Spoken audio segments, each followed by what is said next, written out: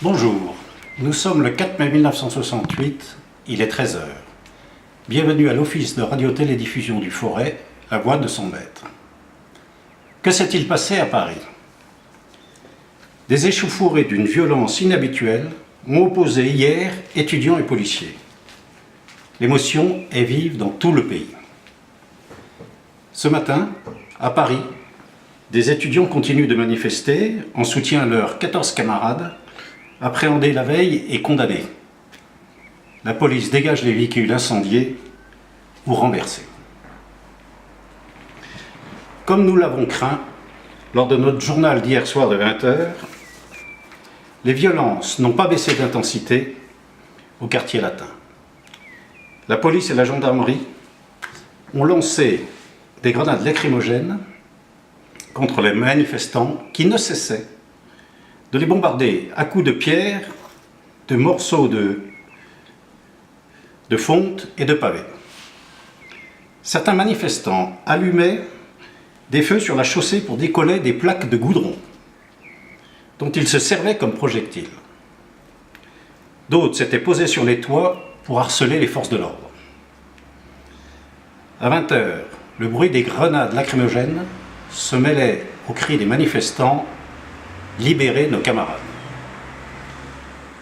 Un sévère engagement s'est alors produit boulevard Saint-Michel, entre les manifestants et la force de police. Les premiers ont effectué une véritable charge, que les policiers n'ont pu tout d'abord stopper. Ils ont lancé par rafale des grenades lacrymogènes, puis ont procédé à une vigoureuse contre-attaque, repoussant les étudiants vers la place Edmond-Rostand. Au cours de ce dernier heure, la vitrine d'un magasin a été complètement défoncée. À 20h15, de nouveaux renforts de gendarmes des gendarmes mobiles sont arrivés sur les lieux.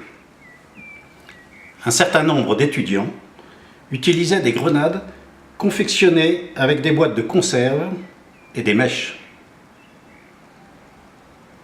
Après ce sévère engagement, les heures sont allées en décroissant et vers 21h, le calme était revenu. Selon un premier bilan, on déplorait un blessé grave et une vingtaine de blessés pour jet de projectiles du côté des forces de police. Quant au nombre des manifestants blessés, on en ignorait le chiffre.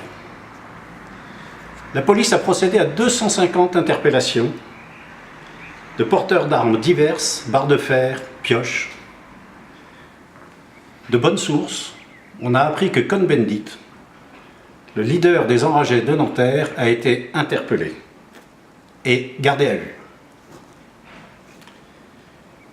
Nos journalistes ayant été mobilisés sur les événements nationaux, nous remercions nos auditeurs fidèles qui retrouveront leurs informations locales demain dans nos éditions de 13h et de 20h.